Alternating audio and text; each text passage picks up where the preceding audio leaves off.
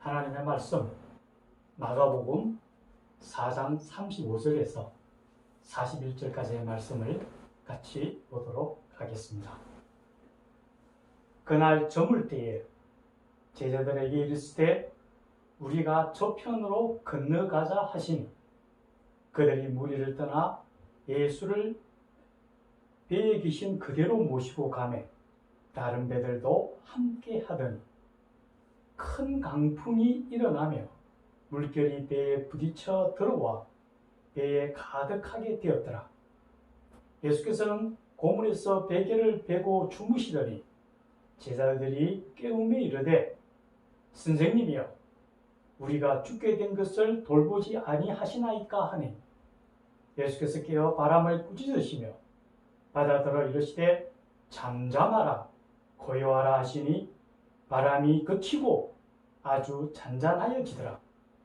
이에 제자들에게 이르시되 어찌하여 이렇게 무서워하느냐 너희가 어찌 믿음이 없느냐 하시니 그들이 심히 두려워하여 서로 말하되 그가 누구이기에 바람과 바다도 순종하는가 하였더라. 아멘. 오늘 우리가 함께 살펴볼 말씀은 큰 강풍이 불 때입니다. 이 시간을 통하여 우리 모두가 성령이 충만하고 은혜가 충만한 시간이 되기를 간절히 축원합니다. 오늘 성경 본문에 보면은 예수님께서 모인 무리들에게 말씀을 가르치시고 복음을 증거하신 후에 이제 날이 저물어 가매 건너편으로 건너가시기 위하여 제자들과 함께 배를 타시고 건너가게 되었습니다. 그때 예수님께서 피곤하셔서 배의 고문에서 잠들어 계시고 있었는데 그때 마침 큰 강풍이 불어서 배에 물이 들어차고 파선할 위기에 처하게 되었습니다.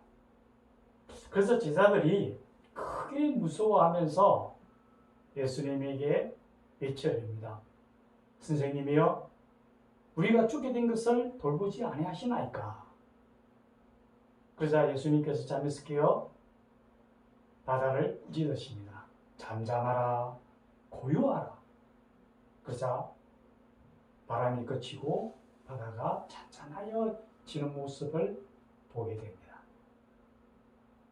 오늘 이 본문 속에서 우리가 중요한 몇 가지 사항들을 같이 나누고자 합니다. 흔히 우리 인생을 바다의 항해와 같이 비유합니다. 그것은 배를 항해하는 가운데서 만나는 여러 가지 상황들과 비슷하기 때문일 겁니다. 배를 운행하다 보면은 큰 풍랑을 만나서 배에 물이 들어차서 파선을 위험에 처하기도 하고 또 암초에 자초되기도 하고 또 배가 표류해서 방향을 잃고 이리저리 헤매기도 하죠. 이러한 여러 가지 상황들이 우리가 인생길에서 마주치는 여러 가지 그런 환란과도 비슷한 모양을 띠게 됩니다. 그런데 여기서 우리가 생각해 볼 수 있는 것은 배가 항해하는 가운데서 만나는 여러 가지 상황들은 그 원인이 대부분 뚜렷합니다. 예컨대 큰 태풍이 일기 때문에 바람이 나게 되죠. 그로 인해서 배가 파손할 위험에 처하기도 하고요. 또 바다 아래에 있는 큰 암석으로 인해서 배가 자초되고 위험에 처하기도 하고 또 갑자기 배가 고장이 나서 표류하고 방향 없이 이리저리 헤매기도 하고 그렇죠. 이처럼 항해하는 가운데서 일어나는 원인들은 대부분 명확하게 밝혀지기도 합니다. 그런데 우리 인생이 길에서 만나는 여러 가지 환란들은 어떤 거는 원인을 찾을 수도 있지만은 또 대부분은 우리가 원인 자체도 모를 경우도 참 많다라는 거죠. 하나님께서 애국에서 신음하는 이스라엘 백성들을 구해내기 위해서 모세를 바로에게 보내기 전에 하나님께서 40년 동안 광야 생활 속에 훈련을 쌓게 하셨죠.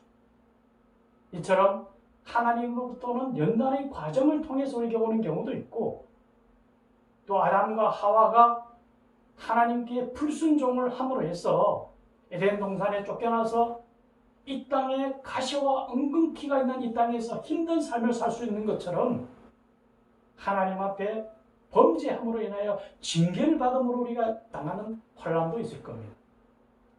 그런데 우리가 잘 아는 것처럼 욥기에 보면 욥은 동방의 의인이었고 하나님 앞에서 온전한 사람이었지만은 그에게 갑자기 미치는 그 환난을 그는 그 원인을 깨닫지 못하였다는 거죠. 이처럼 인생에 있어서는 때로는 우리가 알지 못하는 환난에 당하기도 한다는 거죠. 그런데 배의 항해를 통해서 오는 환난이든 우리 인생에서 오는 환난이든 우리가 긴 인생을 살다 보면은 어떻든 환난을 마주치게 된다는 거죠.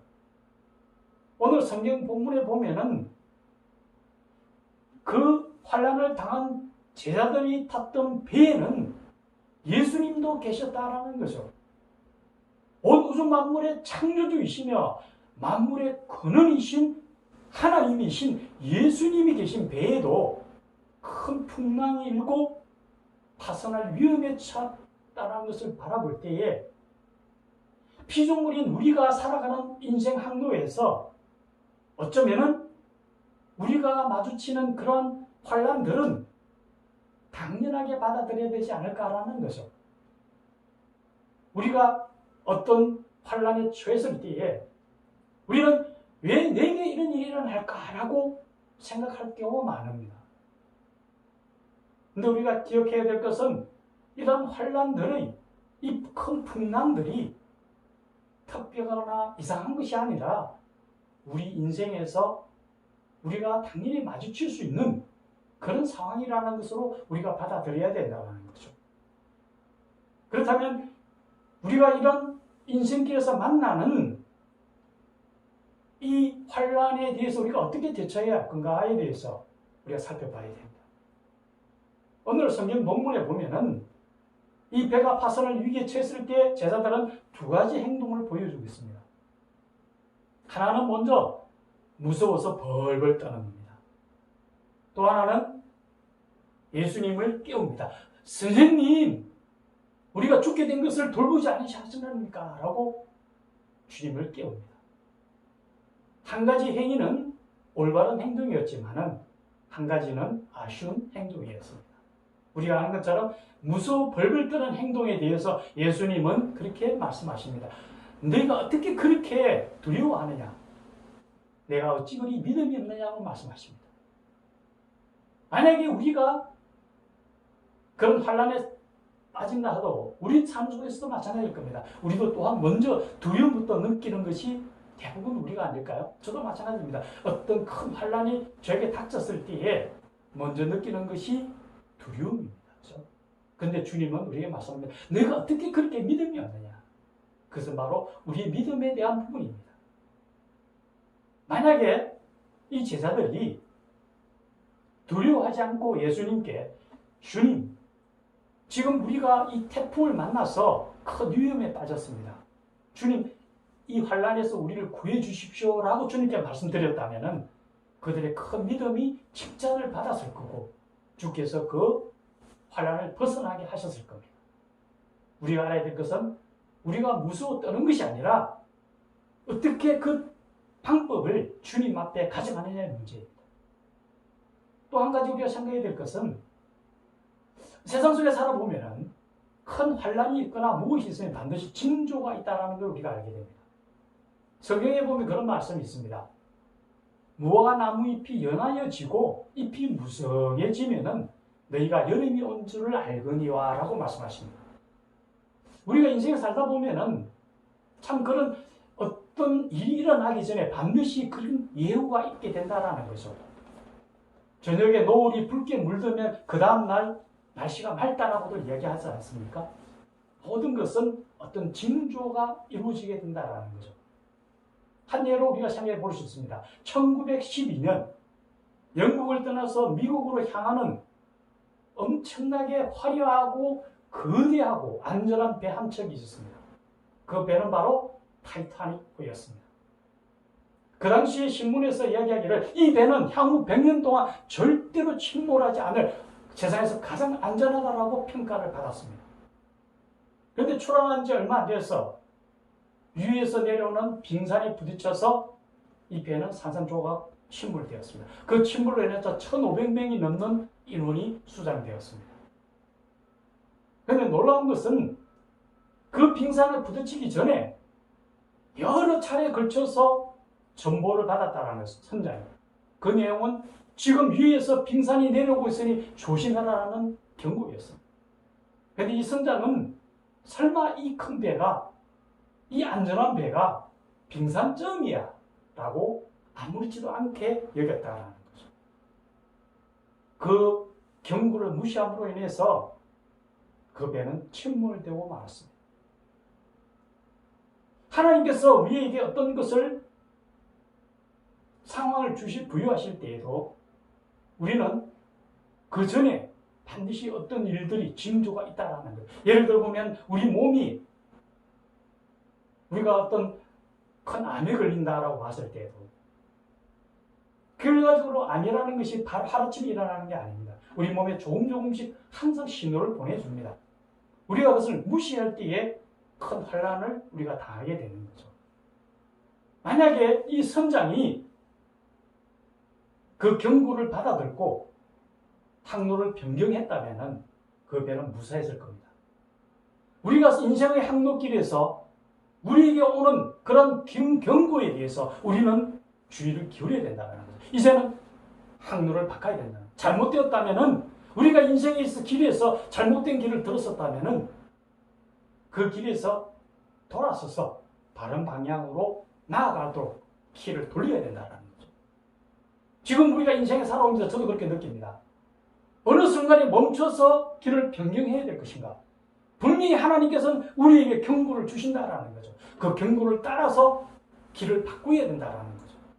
세상과 구별된 하나님의 길, 우리가 가야 될 길로 하나님이 인도하심을 따라야 된다는 거죠. 그런데 여기서 중요한 것은 항로를 바꾸되 바른 길로 가야 된다는 거죠. 그것은 등대 불을 보고 가야 된다는 거죠. 그렇지 않으면 또다시 환란에 빠질 테니까요. 그러면 등대 불이 어떤 길이냐? 예수님과 함께 예수님 앞에 나아가야 된다. 오늘 보면은 이 제자들이 잘했던 것은 비록 무서워 벌벌 떨었지만은 예수님을 깨웁니다. 선생님이야 우리가 죽게 된 것을 그대로 내버려 두시렵니까? 주여 도와주십시오 아닙니까? 우리 또한 마찬가지입니다. 우리가 인생길에서 환난과 어려움을 당했을 때에 먼저 찾아야 될 것은 주님 앞에 나와야 되죠. 주님께서는 여기까지 이야기하십니다. 환난 날에 나를 부르라 내가 너를 건지리리 라고 말씀하시거든요. 우리가 환난을 당했을 때에 하나님 앞에 주님 앞에 달려오면 주님께서 우리 건져주신다고 말씀하십니다. 우리는 그것에 대해서 우리는 분명히 확신을 가져야 된다는 거죠. 예레미야 33장 3절에서는 이렇게 말씀합니다. 너는 내게 부르시더라. 내가 내게 응답하겠고 네가 알지 못하건 크고 비밀한 일을 내게 보이리라.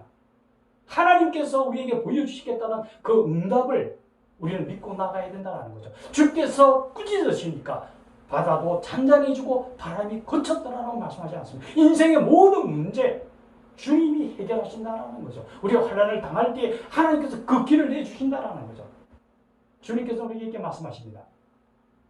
하나님께서 우리가 감당치 못할 시험당함을 허락하지 아니하시고 또한 우리가 시험당할 점에 피할 길을 내사 능히 감당케 하시느라고 얘기합니다. 우리가 감당하지 못할 하나님이 주시지도 않을 뿐만 아니라 우리가 환난과 공고와 우리가 어려움에 처했을 때에 그 피할 길을 내주신다고 말씀합니다. 그러려면 하나님 앞에 나와야죠. 잠언에서는 이렇게 얘기합니다.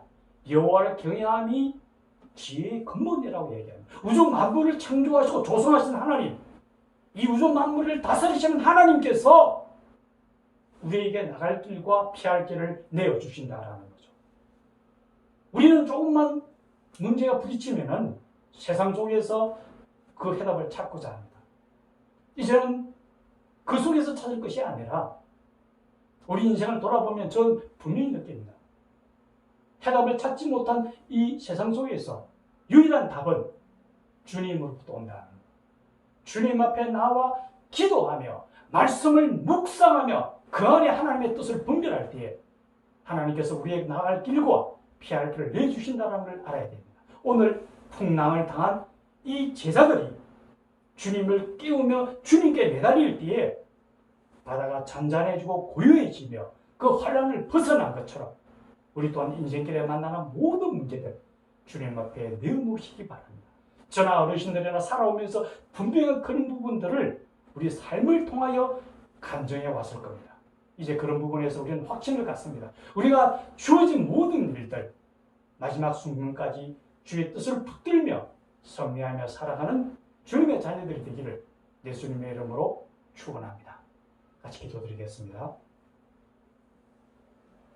온 우주 만물의 창조주이시며 만국의 근원이신 하나님, 우리가 인생길에서 만나는 모든 문제들, 그 문제를 풀 수 있는 것은 오직 주님 한 분뿐임을 믿습니다. 지혜의 근본이며 모든 것의 창조주 되신 하나님 앞에 우리 문제를 내어놓고 줄만을 붙들 때에 문제 해결함을 받고 승리하며 살아가는 우리가 되도록 도와주시옵소서. 무엇보다도 수고하고 무거운 짐진 자들아 다 내게로 오라 말씀하신 주의 뜻을 붙들며 주님 앞에 나아옵니다. 우리의 삶을 인도하시되 주님 보시기에 합당한 길로 나아가며 생명의 길, 소망의 길로 나아갈 수 있도록 우리를 도와주시오며 그 길에서 환난을 만날 때에 능히 이기며 살아갈 수 있도록 인도하여 주시옵소서. 예수님의 이름으로 기도드리옵나이다. 아멘.